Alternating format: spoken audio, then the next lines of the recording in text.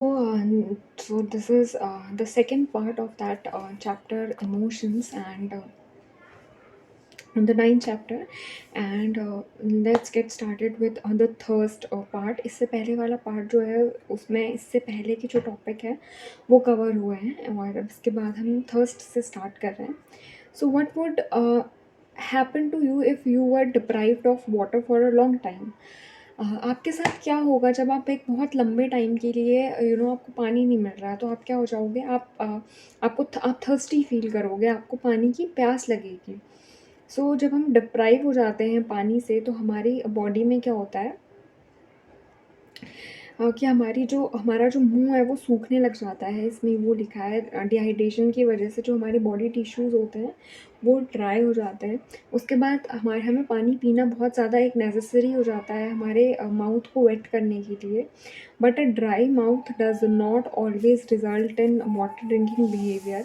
लेकिन जो dry mouth है उसमें हम हमेशा पानी नहीं पीते हैं. हम कुछ जैसे हमने कुछ जूसी चीज़ खा ली या फिर हमने कोल्ड ड्रिंक पी लिया, हमने सोडा पी लिया, तो उसके अल्टरनेटिव्स भी होते हैं. In fact, processes within the body itself control thirst and drink of water. हालांकि जो हमारी बॉडी की प्रोसेसेस होती हैं वो कंट्रोल करती हैं थर्स्ट को और ड्रिंकिंग वाटर वाले प्रोसेस को. जो पानी होता है वो हमारे टिश्यूज़ में हमको सफिशिएंटली मिलना चाहिए. और क्या इसको मतलब इसका जो रिमूवल होता है वो क्या कर देता है, ड्राइनेस कर देता है हमारे माउथ में और थ्रोट में. Motivation to drink water is mainly triggered by the condition of the body.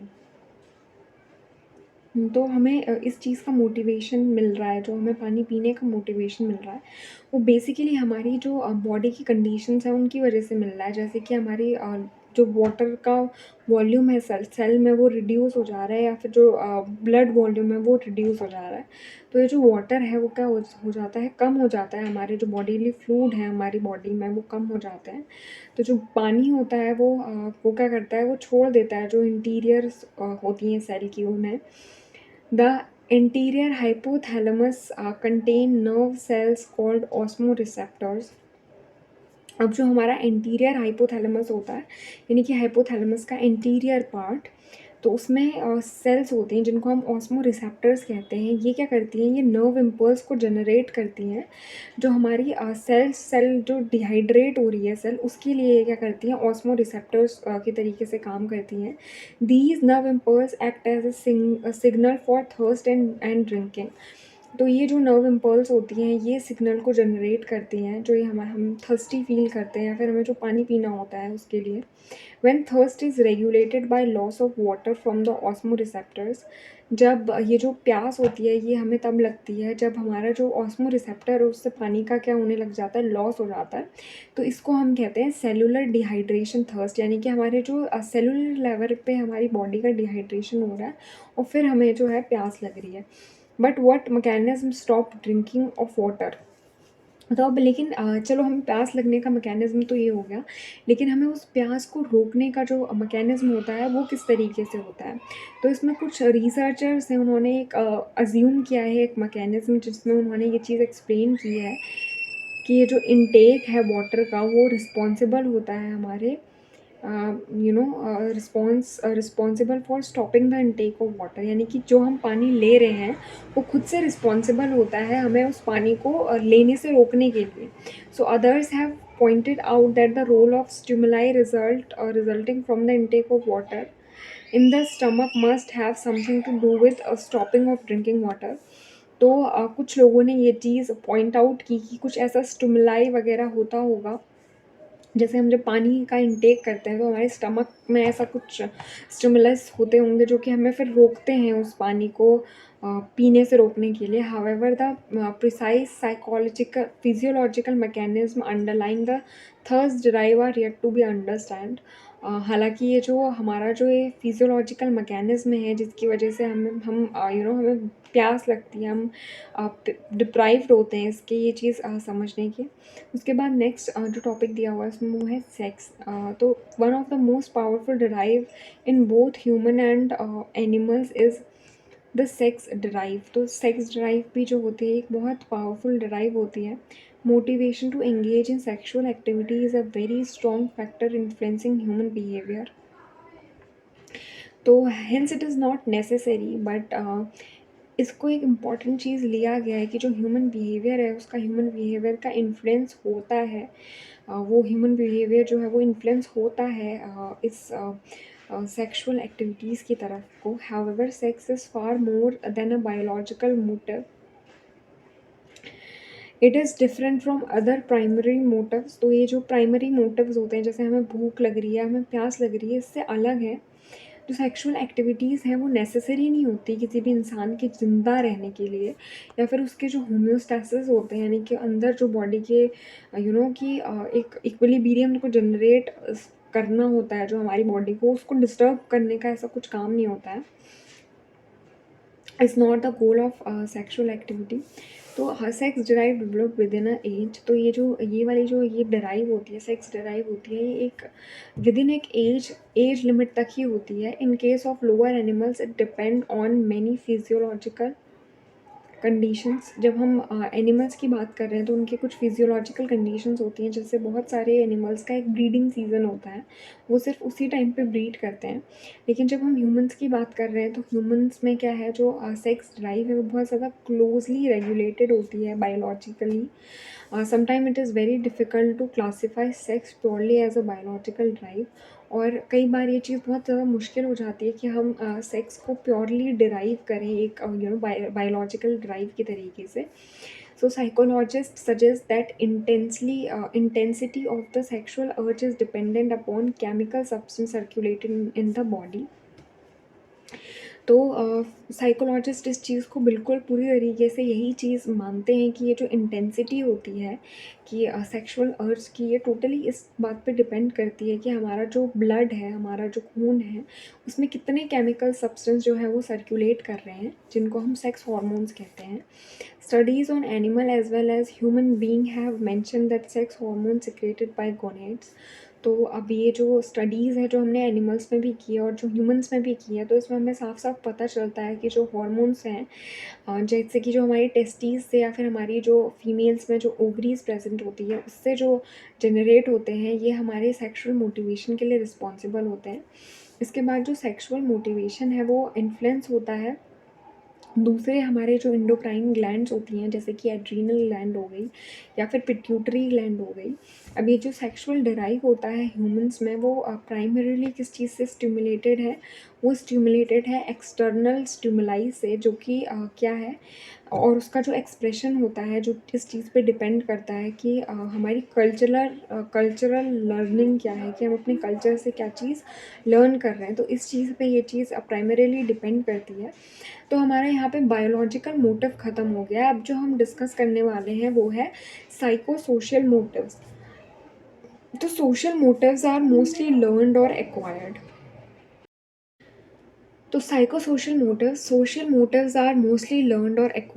तो अब ये जो सोशल मोटिव्स होते हैं कि हमें एक सोसाइटी से किस तरीके से मोटिव्स मिल रहे हैं। अब ये जो सोशल ग्रुप्स हैं, जैसे हमारी जो फैमिली है वो हमें किस चीज़ की तरफ मोटिवेट कर रही है।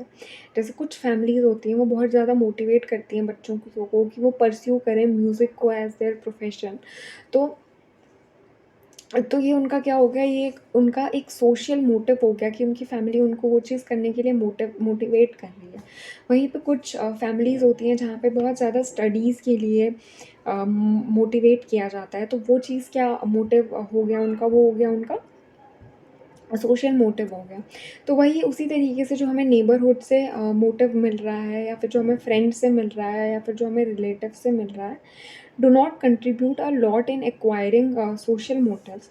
तो ये सारी चीज़ें उतनी ज़्यादा कंट्रीब्यूट मतलब ये बहुत ज़्यादा कंट्रीब्यूट करती हैं हमारी जो सोशल मोटिव्स हैं उनके लिए। These are complex forms of motives, mainly resulting from the individual interactions with her or his social environment। और ये जो कॉम्प्लेक्स फॉर्म्स होती हैं इन मोटिव्स की, ये मेनली किस चीज़ पे रिज़ल्ट करती हैं, ये वो जो इंडिविजुअल है उसका अपने सोसाइटी से, अपने जो सोशल एनवायरनमेंट है उसके साथ किस तरीके का इंटरेक्शन है। तो ये जो साइको सोशल मोटिव है ये जनरली इसी चीज़ से डिराइव होता है। Then we have the next topic which is need for affiliation. तो हमारे जो साइको सोशल मोटिव्स हैं उनके वो क्या क्या किस तरीके से होते हैं। तो पहला इसमें दिया हुआ है need for liation. So the most of us need company or friends or want to maintain some form of relationship with others. As we all know that human is a social animal. तो हमको क्या चाहिए होती है, हमको company चाहिए होती है, हमें फ्रेंड्स चाहिए होते हैं जो, या फिर हमें कुछ ऐसे लोग चाहिए होते हैं जिनके साथ हम रिलेशनशिप्स मेंटेन करके रखें.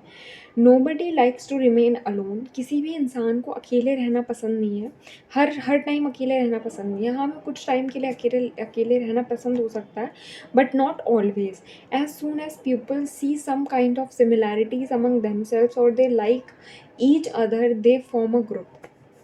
अब जैसे हम अपने फ्रेंड्स की बात करते हैं तो हमें कुछ सिमिलैरिटीज़ अगर अपनी जैसी किसी इंसान में मिलती हैं तो हम उसके साथ क्या कर लेते हैं, ग्रुपिंग कर लेते हैं, और हम क्या बना लेते हैं, हम उन्हें अपना ग्रुप का पार्ट बना लेते हैं, हम फ्रेंड्स बना लेते हैं.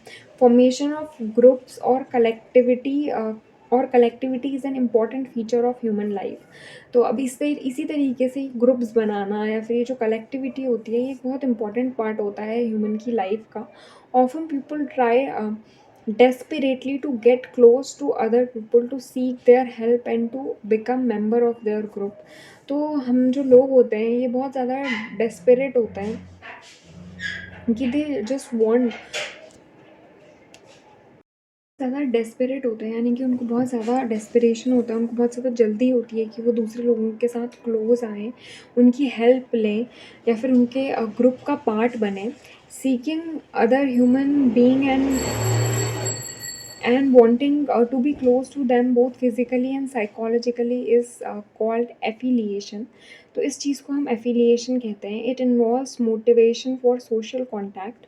तो अब हमें जो ये affiliation है इससे हमें social contact जो है इसको बनाने का, और ये सारी चीज़ें ये इन्वॉल्व करता है. Need for affiliation is arose when individual feel threatened or helpless and also when they are happy. अब जब कोई इंसान बहुत ज़्यादा डरा हुआ है या फिर जिस कभी उसको हेल्पलेस महसूस हो रहा है, तो उसको लोग चाहिए होते हैं अपने आसपास जो उसके साथ रह सकें. और तभी भी जब बहुत ज़्यादा वो हैप्पी फील कर रहा होता है, तभी भी उसको अपनी खुशियाँ बांटने के लिए लोग चाहिए होते हैं. So people high on this need are motivated to seek company of others. तो अब ये जो लोग हैं जो मतलब यहाँ पे जो लोग हैं उनको हाईली ये चीज़ चाहिए होती है, उनको ये बहुत ज़्यादा चीज़ मोटिवेट करती है कि वो दूसरे लोगों की कंपनी में रहें और अपनी फ्रेंडशिप को मेंटेन करके रखें, रिलेशनशिप्स को मेंटेन करके रखें दूसरे लोगों के साथ. Then we have the next topic which is need of power. तो इससे पहले वाला था एफिलिएशन, कि हम लोगों के साथ कांटेक्ट बना के रखें. और ये एक बहुत जग ज़ाहिर चीज़ है. अगर आप सक्सेसफुल हैं, if you are doing good in your life, everyone wants to be with you. और वहीं पे अगर आपकी कंडीशंस उतनी अच्छी नहीं हैं तो इतने लोग आपसे कांटेक्ट में नहीं रहते हैं, तो कटना शुरू कर देते हैं लोग. तो ये तो चीज़ होती है जो हम कई बार ऑब्ज़र्व करते हैं या कई बार हमारे साथ हम एक्सपीरियंस करते हैं. तो ये चीज़ है. Then we have the next topic which is need for power. अब कुछ लोगों को क्या चाहिए होता है, अपनी लाइफ में पावर चाहिए होती है, जिस वजह से वो उनको ये एक साइको सोशल मोटिवेशन होता है कि वो अपना कुछ काम करें, कुछ करें अपनी लाइफ में, कि उनको पावर मिले. सो ये जो उनका बिहेवियर है ये क्या प्रोड्यूस करता है, ये intended effect on behaviour and emotion of another people. तो ये जो नीड ऑफ पावर है ये एक इफ़ेक्ट है कि इससे भी हमें मोटिवेशन मिलता है. The various goals of power motivation are to influence, control, persuade, lead and charm other, most importantly to enhance one's own reputation in the eyes of other people. तो अब यहाँ पे इस नीड ऑफ पावर का मतलब ये है कि हमें दूसरों की आंखों में अपने लिए क्या देखना है, अपनी लिए इज्जत देखनी है. तो इस चीज़ के लिए भी हमें नीड ऑफ पावर होती है. डेविड एम क्लैंट जिन्होंने 1975 में ये चीज़ डिस्क्राइब की थी कि 4 general ways of expressions of power motive. तो उन्होंने एक 4 जर्नल वेज दिखाए, रास्ते दिखाए, जिससे हम क्या कर रहे हैं, एक्सप्रेशंस जो हैं हमारे पावर के मोटिव के, वो क्या क्या है. तो उसमें पहला था people do think to gain feeling of power and strengthen strength from sources outside themselves by reading stories about sports stars or attaching themselves to a to a popular figure. तो टीनेजर्स में ये चीज़ बहुत ज़्यादा होती है कि वो क्या करते हैं, वो अपनी मतलब अपने जो रोल मॉडल्स होते हैं उनकी जगह पे अपने आप को ये इमेजिन करते हैं कि अगर हम वहाँ पे होते तो हमारे पास क्या हमारे पास क्या, हमें कैसा फील होता है, हमारे पास कितनी पावर्स होती। तो ये एक मोटिवेशन होता है लोगों का कि वो अपने क्या करते हैं कि स्टोरीज़ को देख के या फिर बाहर से जो गेन करते हैं,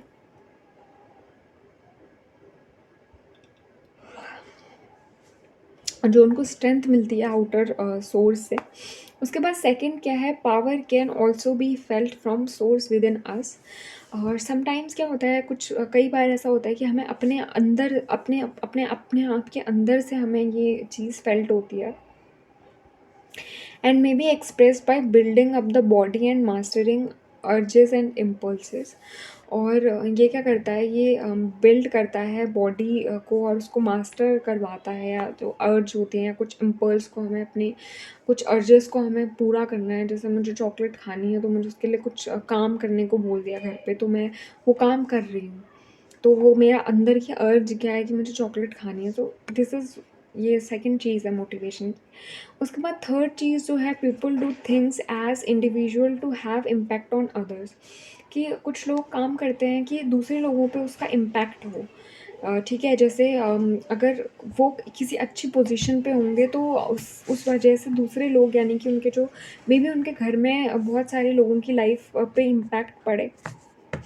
So, for example, a person urges or completes within another individual in order to have an impact or influence on other। उसके बाद चौथा चीज़ ये है कि people do things as members of organizations to have an impact on others, as in case of leaders of a political party। तो चौथा चीज़ यही है कि जो ऑर्गेनाइजेशन के मेंबर्स होते हैं जिनका एक मतलब जिनको एक इम्पैक्ट डालना होता है दूसरों पे, जो may be in case of जो लीडर्स होते हैं पॉलिटिकल पार्टी के, वो सो द इंडिविजुअल में use the party apparatus to influence others। तो अभी ये जो इंडिविजुअल्स होते हैं ये चीज़ यूज़ कर सकते हैं, जो जो ये पार्टी अपैरेटस होता है कि मतलब हमें पावर में आना है, हमें पॉलिटिकल पार्टीज़ की बात हो रही है यहाँ पे basically. So however for any individual one of these ways of expressing power motivation में dominate, but with age and life experience it varies. तो ये सारे कुछ रीजंस हैं जिनकी वजह से एक इंसान की लाइफ में क्या हो सकता है, मोटिवेशंस आ सकते हैं, और वो मोटिवेशंस क्या कर सकते हैं, वो डोमिनेट कर सकते हैं। लेकिन ये मोटिवेशंस क्या होते हैं, जो साइको सोशल मोटिवेशंस होते हैं, ये लाइफ के साथ, लाइफ के एक्सपीरियंस के साथ और एज के साथ साथ क्या होते रहते हैं, वेरी करते रहते हैं। Then we have the next which is need for achievement. तो ये भी हमारा एक साइको सोशल मोटिव होता है कि हमें कुछ चीज़ अचीव करनी है। जैसे स्टूडेंट्स जो होते हैं वो बहुत ज़्यादा हार्ड वर्क करते हैं ताकि उनके अच्छे मार्क्स आ सकें एग्ज़ामिनेशन में, और उनको अच्छी एक जॉब मिले, उनको करियर अपॉर्चुनिटीज़ अच्छी मिले। तो ये अचीवमेंट मोटिवेशन है कि उनको एक डिज़ायर है कि उनको एक स्टैंडर्ड ऑफ एक्सीलेंस मिले, उनको एक स्टैंडर्ड लाइफ मिले। तो ये नीड ऑफ अचीवमेंट, जिसको हम एनएचपी कहते हैं, एनर्जीज़ कहते हैं, जो कि डायरेक्टली बिहेवियर को इन्फ्लुएंस करती है, जो जिनका जो मतलब जो परसेप्शंस होते हैं सिचुएशंस के। So during the formative years of social development, children acquires achievement और मोटिवेशन। तो अब ये जो फॉर्मेटिव ईयर्स होते हैं, यानी कि जो ये स्कूल के टाइम होते हैं, उसमें ये जो अचीवमेंट मोटिवेशन होता है ये बच्चों के अंदर बहुत ज़्यादा होता है। The source from which they learn it include parents, other role models and socio cultural influences. तो अब ये जो चीज़ है, जो चीज़ वो सीखते हैं इस चीज़ को, तो ये अपने वो रोल मॉडल से सीखते हैं, या फिर जो उनका जो सोशियो कल्चरल इन्फ्लुएंस होता है उनके ऊपर, उस चीज़ से ये चीज़ बहुत ज़्यादा बच्चों के डेवलपमेंट में हेल्प करती है। Persons high in achievement motivation tend to prefer tasks that are moderately difficult and challenging। तो वो लोग जो ना बहुत मतलब हाई अचीवमेंट, जिनके अंदर बहुत ज़्यादा हाई अचीवमेंट मोटिवेशन होता है, वो ये चीज़ प्रेफ़र करते हैं कि वो क्या करें, वो टास्क करें जो कि डिफ़िकल्ट हों थोड़े से, या फिर थोड़े से चैलेंजिंग हों।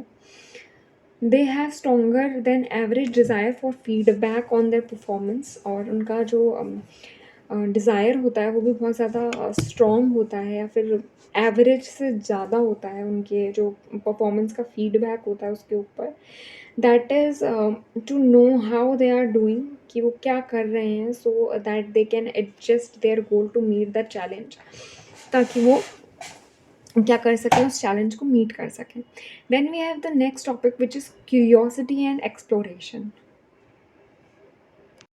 सो the last topic in this psychosocial motivation is curiosity and exploration. So often people engage in activity without a clear goal or purpose, but they derive some kind of pleasure out of it.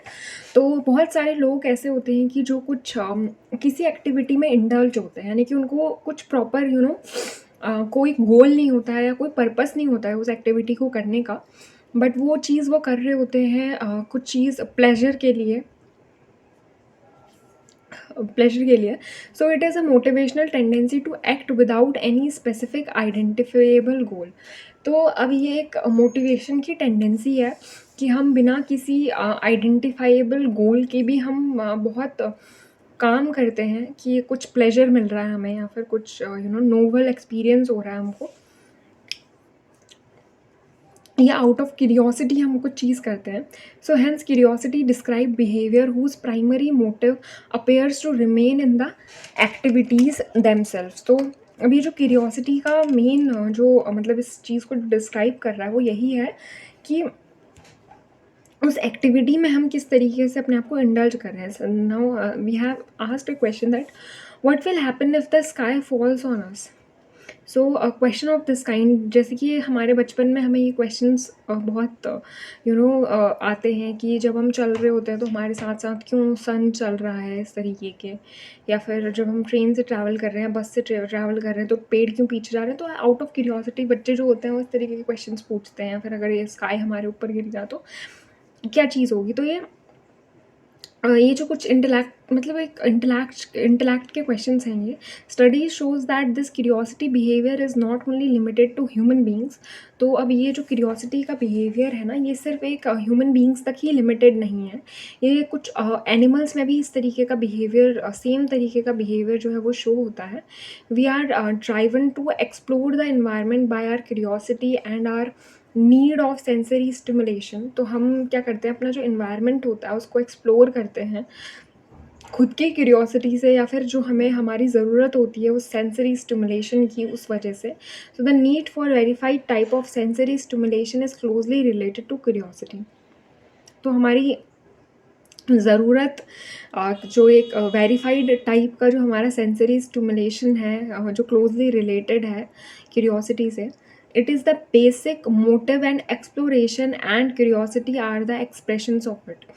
तो अब ये क्या होता है, ये एक basic motive होता है हमारा, या फिर एक्सप्लोरेशन होता है कि हम किस तरीके से चीज़ों को एक्सप्लोर कर रहे हैं हमारी क्यूरियोसिटी से। So our ignorance about a number of things around us becomes a powerful motivator to explore the world. और बहुत सारी चीज़ें हमारे सराउंडिंग्स में जो हम इग्नोर करते हैं, वो भी हमारा एक क्या बन जाता है, मोटिवेशन बन जाता है कि हम एक्सप्लोर करें वर्ड्स को। We get easily bored with repeated experience. अगर हमें सेम एक्सपीरियंस हमेशा हो, रोज़-रोज़ हो, तो हम क्या हो जाते हैं, उससे बोर हो जाते हैं। तो हम किसी नई चीज़ की ओर या कुछ नया ढूँढने के लिए हम आगे बढ़ते हैं। So in the case of infant and small child this motive is very dominant. तो जो छोटे बच्चे होते हैं, या फिर जो बहुत इन्फेंट्स होते हैं, जो पैदा ही हुए होते हैं, उन उन बच्चों के लिए ये बहुत ज़्यादा एक मोटिवेशन होता है कि वो जल्दी से अपने सराउंडिंग से बोर हो जाते हैं। So they get satisfaction from being allowed to explore. तो जब हम उनको एक्सप्लोर करवाते हैं तो वो खुश होते हैं वो, और ये चीज़ वो रिफ्लेक्ट करते हैं स्माइल करके या बैबलिंग करके, यानी कि जो उनकी बैबल लैंग्वेज होती है वो। So children become easily distressed, इसीलिए जो बच्चे होते हैं वो बहुत जल्दी क्या हो जाते हैं, डिस्ट्रेस हो जाते हैं, यानी कि स्ट्रेस से रिलीफ मिल जाता है उनको। When the motive to explore is discouraged as you have read in chapter 4। तो अब इसके बाद हमारा जो नेक्स्ट टॉपिक है वो है मैस्लॉज़ हायरार्की ऑफ नीड्स। तो मैस्लॉ एक जो साइकोलॉजिस्ट थे उन्होंने अपनी एक हायरार्की दी हुई है। तो इनका नाम क्या है? इनका नाम है अब्राहम एच मैस्लो। इन्होंने 1968 और 1970 में इन्होंने बहुत सारे ह्यूमन के मोटिवेशन जो थे उनमें बहुत सारे व्यूज़ दिए, और इनके जो कुछ अटेम्प्ट्स हैं जो उन्होंने पोर्ट्रे किया है, यानी कि उन्होंने एक जो ह्यूमन बिहेवियर है उसको एक पिक्चराइजेशन में अरेंज किया है। तो वेरियस नीड्स इन हायरार्की, तो उनके पॉइंट ऑफ व्यू से जो मोटिवेशन होता है वो बहुत ज़्यादा पॉपुलर होता है। उनके पॉपुलर हुआ उनका पॉइंट ऑफ व्यू, उनकी जो थ्योरी थी और जो अप्लाइड वैल्यू थी वो बहुत ज़्यादा उनको वो पॉपुलरली जानी जाती है थ्योरी ऑफ सेल्फ एक्चुअलाइजेशन के नाम से। तो ये क्वेश्चन हो सकता है कि थ्योरी ऑफ सेल्फ एक्चुअलाइजेशन किसने दी है? तो ये मैस्लॉस की थ्योरी है, उन्होंने एक हायरार्की दी हुई है नीड्स की, जो हम अब डिस्कस करेंगे। इन्होंने जो हायरार्की दी है मैस्लो ने, वो इस तरीके से है कि पहला जो हम इन्होंने एक एक पिरामिड टाइप का बनाया हुआ है, और इसको हम क्या कहते हैं? Self actualization, self theory of self actualization कहते हैं। तो पहला इसमें यही दिया हुआ है कि हमारा जो थ्योरी ऑफ सेल्फ मतलब सेल्फ एक्चुअलाइजेशन नीड्स हैं जो हमारी, उसके बाद है एस्टीम्ड नीड्स, फिर हमारी है बिलोंगिंगनेस की नीड्स, फिर हमारी सेफ्टी नीड्स हैं, फिर है हमारी साइकोलॉजिकल नीड्स। तो अब इस हायरार्की के बारे में हम और डिटेल में पढ़ते हैं। तो इन्होंने Maslow model can be conceptualized as a pyramid in which the bottom of this hierarchy represent basic physiological और biological needs which are basis to survival.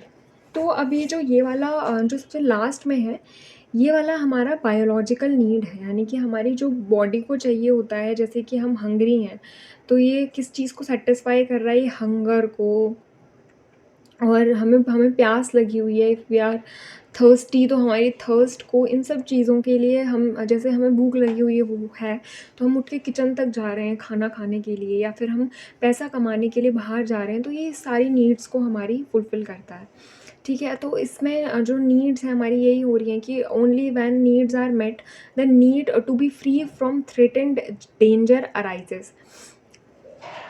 तो अब इसके बाद हमारी दूसरी जो नीड आती है वो आती है फिज़िकल और साइकोलॉजिकल नेचर, मतलब कि सेफ्टी की। यहाँ पे हमारी सेफ्टी आती है, सेफ्टी इन द सेंस जैसे कि हम में भी फाइनेंशियल सिक्योरिटी हो सकती है, या फिर हम पैसा बचा रहे हैं अपनी सेफ्टी के लिए कि अगर हम बीमार हो गए तो we can use that money. तो इस तरीके की जो सेफ्टी है वो। Next come the need to seek out people to love and to be loved.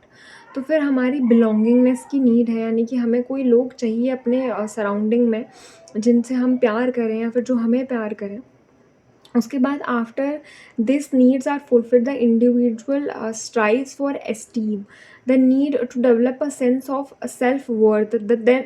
The next need is hierarchy reflect an individual motivate towards the fullest development of potential, that is self actualization। तो इसके बाद esteem needs हैं, यानी कि किस तरीके से हम ये कह रहे हैं कि हम जो है हम इंडिविजुअल जो है वो किस तरीके से अपना क्या कर रहा है, मतलब उसकी जो नीड्स हैं वो जो फुलफ़िल हो गई हैं, तो एक सेंस आता है कि हमारी सेल्फ वर्थ क्या है, हम क्या है हम। तो फिर उसके बाद जो लास्ट है वो है सेल्फ एक्चुअलाइजेशन की नीड। तो अब हमारा जो सेल्फ एक्चुअलाइजेशन है, person is self aware, socially responsive, creative, spontaneously open to novelty and challenges. तो ये जो सेल्फ एक्चुअलाइजेशन होता है लोगों का, ये यही चीज़ होती है कि हम अपने बारे में कितना ज़्यादा अवेयर हैं, हम सोशली कितने ज़्यादा रिस्पॉन्सिबल हैं, हम कितने क्रिएटिव हैं, या फिर हम कितने नई चीज़ों के लिए कितने ज़्यादा ओपन हैं, हम ओपन टू नोविलिटी। तो ये शी और he also has a sense of humour and capacity for deep interpersonal relationship. और इंसान के अंदर क्या सेंस ऑफ ह्यूमर है, ये सब सेल्फ एक्चुअलाइजेशन में आता है कि उनका जो इंटरपर्सनल रिलेशनशिप है वो कैसा है। सो lower level needs physiological in the hierarchy dominates as long as they are unsatisfied. तो जो लोअर डोमेन है वो साइकोलॉजी का, फिजियोलॉजी का, हायरार्की में, कि हमारी बेसिक नेसेसिटी होती है कि अगर एक बच्चा जब बॉर्न हुआ उसको भूख लगती है तो वो रोना शुरू कर देता है। तो दैट इज़ एन बेसिक चीज़, उसको किसी ने सिखाया नहीं है कि you have to cry, but he knows it. तो ये जो हमारी फिजियोलॉजिकल नीड होती है ये तो सबसे बेसिक चीज़ होती है। Once they are adequately satisfy, एक टाइम के बाद जब वो एडिक्वेटली सेटिस्फाई होने लग जाते हैं, so the higher needs occupy the individual's attention and effort. तो इसके बाद जब ये चीज़ सेटिस्फाई हो जाती है तो फिर उसके बाद ऊपर ऊपर की जो नीड्स हैं वो इंसान क्या करने लगता है, उनकी तरफ अटेंशन देने लगता है और उनको डेवलप करने के लिए या उनको सेटिस्फाई करने के लिए अपने एफर्ट्स डालने लगता है। However it must be noted that very few people reach the highest level because most people are concerned more with the lower level needs. तो हमें ये चीज़ भी ध्यान में रखनी चाहिए कि बहुत कम ऐसे लोग होते हैं जो ये सेल्फ एक्चुअलाइजेशन नीड तक पहुंच पाते हैं या फिर एस्टीम नीड तक पहुंच पाते हैं, क्योंकि आधे से ज़्यादा लोग और मोस्टली लोग जो होते हैं वो नीचे ही अपनी जो फिजियोलॉजिकल नीड है या फिर जो सेफ्टी की नीड है, इन्हीं में रह जाते हैं और ज़्यादा से ज़्यादा वो बिलोंगिंगनेस की नीड तक पहुंच पाते हैं। तो ये चीज़ है। तो then we have the next topic which is frustration and conflict, and we will discuss this in our next video. So till then, keep revising. Thank you.